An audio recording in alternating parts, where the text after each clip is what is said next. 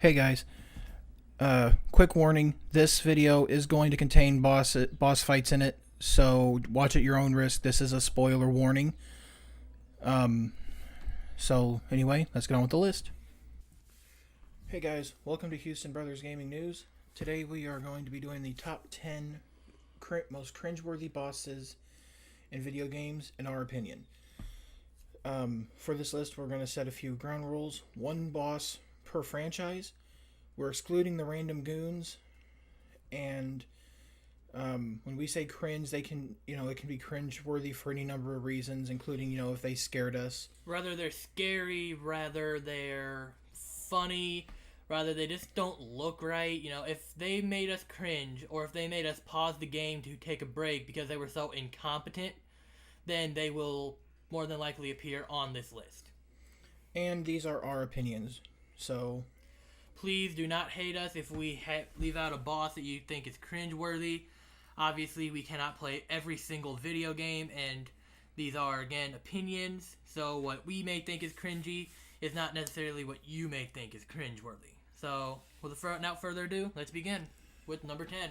Alright, number 10 for me is Two-Face from Batman Arkham Knight. Now, I'm not necessarily saying Two-Face is a bad villain overall. I'm just saying that in Arkham Knight in particular, he's so easy to defeat. Because all you got to do really is just sneak up behind him, choke him out, and you're free to chip away at his goons. I mean, I remember in Arkham Asylum, I don't think he was in Arkham Asylum actually, but I remember in Arkham City, like near the end of the game where you fought Two-Face with Catwoman, I remember him being actually a little bit challenging. So I wonder what happened between Two-Face in Arkham the City and Two-Face in Arkham Knight that made him go from one of the toughest villains I've ever fought to one of the easiest. So I'm, like I said, I'm not saying that he's a bad villain, but I'm just saying, he got easier in Arkham Knight than he was in Arkham City or in Arkham Origins. Jeffrey, go ahead and take away with number 9. Number 9 is Lysandre, however you want to pronounce it. I still don't know how, from Pokemon X and Y. Now, again, just like Two-Face, we're not saying Lysandre is a bad villain overall. It's just, by the time you get to the first boss battle with Lysandre, you have so many badges and your team should be so overpowered that it's very easy to defeat him and it's almost pointless for you to even battle him in the first place. And then at the end of the game, Xerneas and Yveltal both can take him out easily if you play your cards right. With Geomancy, with Xerneas, you can raise up your special attack and special defense enough to where he can't even touch you. And his Mega Gyarados is so weak that it's kind of pointless to even have him in the game. His plan was good, his dialogue is solid, but it's just his team is so cringeworthily weak. Agreed. It's not like Cyrus or Giovanni where they were actually good teams. I think you want to take it off for number 8? Yep, I'll go ahead and take a number 8. Number 8 is Hecatoncheires from God of War Ascension. Now, I'm basing this one based on looks. If you've played God of War Ascension or you know which one I'm talking, you know what I'm talking about. It's the first boss that you fight. But if you haven't, go look it up. And I'll post a picture, with that. I've posted a picture with that. Oh boy, does this boss look weird. Yeah, I went back to re-look at it to research for this video, and it is probably one of the most disgusting looking bosses I've ever seen in my life, to say the least. In case my brother doesn't have a picture up quite yet of what this boss looks like, it's basically a giant hand with like a face. It's weird. I'll definitely be putting in a picture in here, and like I said, if you want to see the full battle, there's you guys can go to, just search on YouTube for God of War Ascension. It's the first boss battle. It's it's the tutorial level boss, but he is still very difficult to beat, including the fact that he is the stage himself. Most fights with the boss take place in a certain stage. Well, the boss is the stage, so that makes it kind of interesting. And not only that, but the Hecatoncheires is just It's a hard boss, and we're not saying it's necessarily a bad design. It just looks disgusting. And jumping into number 7 is Alduin from the Elder Scrolls V Skyrim. Alduin, needless to say, is a pointless boss battle. It's just, again, just like Lysander and Two-Face, so cringe-worthingly easy. And it's even easier than Lysander because you have the option of doing all the College of Winterhold, the Thieves Guild, the Mages, not the Mages Guild, the Companions, and the Dark Brotherhood, along with the DLC, and all the Thane quests, along with all the side missions. It's just pointless to even have him be so easy. They should have made it to where he levels up, along with actually have being a boss battle, or do what they did with Dagon, and just have it be a cutscene. I know it would be a cop-out, but it'd be a lot easier. You have anything to add? And we're not talking about any mods here. We're talking about the base game Oh, Alduin. yeah, we're talking base game. I know there's a mod called World Eater Beater that is actually challenging and makes Alduin a proper boss fight. But, again, we're talking about base game, no mods, only DLC. Definitely. Number 6 is the Great Mighty Poo from Conker's Bad Fur Day. Now, this character is just 100% all-around cringeworthy. I'm cringing now just by him saying the name. It's just awful. It's an awful, awful boss. It's weird. From everything, from the look of it to what it sings. If you haven't heard it, go look up Conker's Bad Fur Day. I guarantee you, with the Great Mighty Poo, I guarantee you this will either make you cringe or make you laugh. One or the other. There's no in-between ground on this one. There really is none. There's nothing else to say here except for go look up the Great Mighty Poo. Although, coming to think of it, with a name called the Great Mighty Poo, what else do you expect? Well, and the game is not take itself too seriously as well. Yeah, So it's not anything like Banjo or, it doesn't take itself way seriously. Coming in at number 5 is King Garon from Fire Emblem Birthright. That is important. Because if you play the new Fire Emblem games, you'll know there are 3 paths. Birthright, Conquest, and Revelations. I have played 2 of the 3, Birthright and Conquest.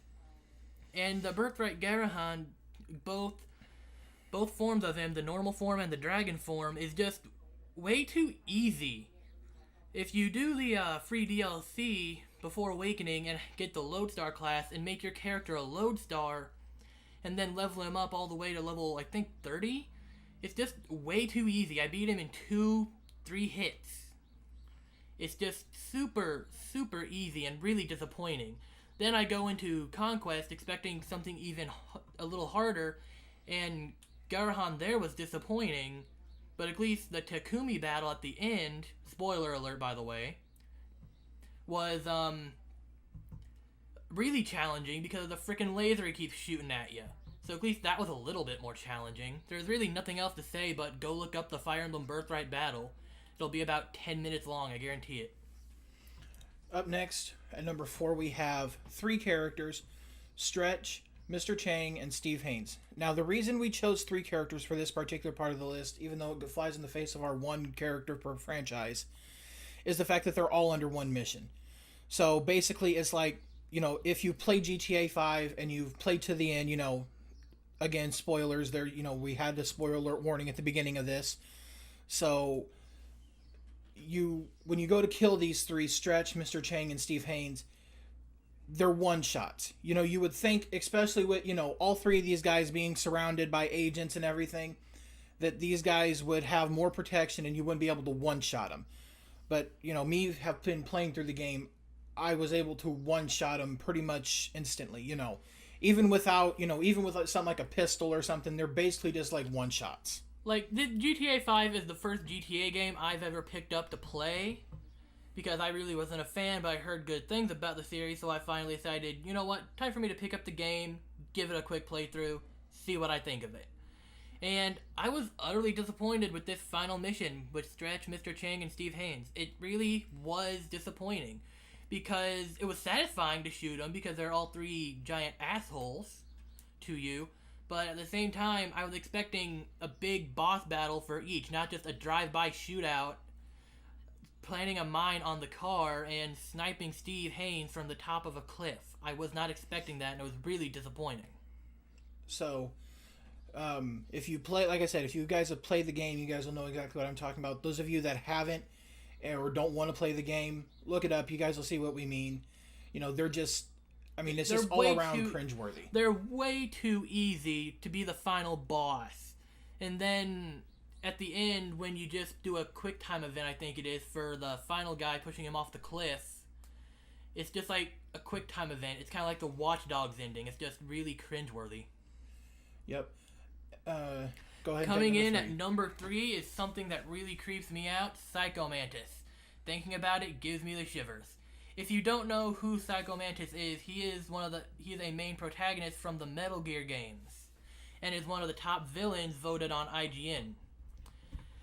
Psycho Mantis, I'm talking about the original PlayStation version of Psycho Mantis, where if you've played another Konami game like Castlevania or whatnot, he will actually read your data and say something along the lines of, "So, I know you like playing Castlevania." Just imagine yourself being a kid at night playing this game, and all of a sudden Psycho Mantis appears, who, by the way, looks really freaking weird, really creepy. And then him reading your data and saying something along the lines of, "So, I see you like playing Castlevania as well." That would just give you the shivers and just all around make you cringe. When me and one of my friends were playing this game, I was staying over at a friend's house, and me and him were playing this game at night. I was about 10, 11 years old at the time, and this really did legitimately freak me out. It gave me nightmares because it was just so freaking scary. Again, imagine yourself as a kid, not a teenager or an adult. Now that I look back on it, it's kind of funny. And number 2. Go ahead and take it. We're doing the top 2 together because we both agree that would be the best option. And number 2, I know this gets a lot of hate, Gruntilda from Banjo-Kazooie. Gruntilda is not a bad boss in herself. It's just the fight is so easy. And what makes it, and we would have put her higher up on the list, you know, with like Lysander and Two-Face and all them.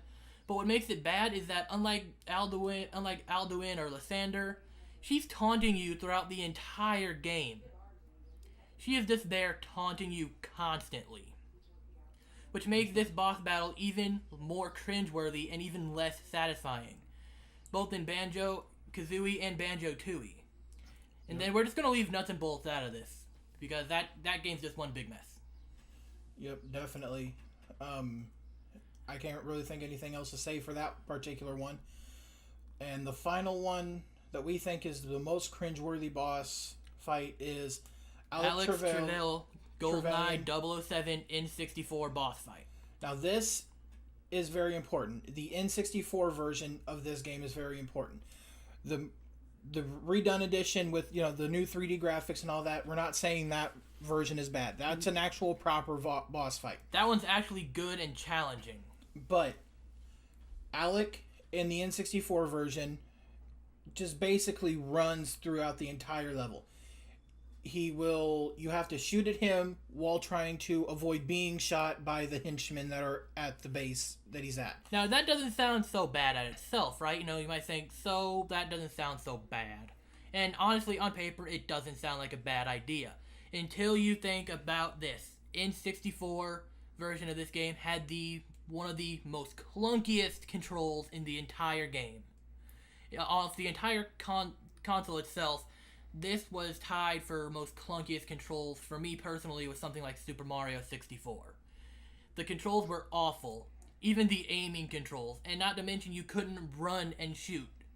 You had to shoot at him while he is running away from you and you're standing still, which leaves you open to gunfire. It's hard, it's cringeworthy, and it's not really satisfying. And I played the version of this game on the actual N64 and on the computer on an emulator, on a ROM. And both versions were just, they're both cringeworthy because, he runs through the entire level. You have to dodge his gunfire, he's running away from you, shooting at you. You have to shoot back at him while trying to avoid getting shot by both his bullets and his henchmen.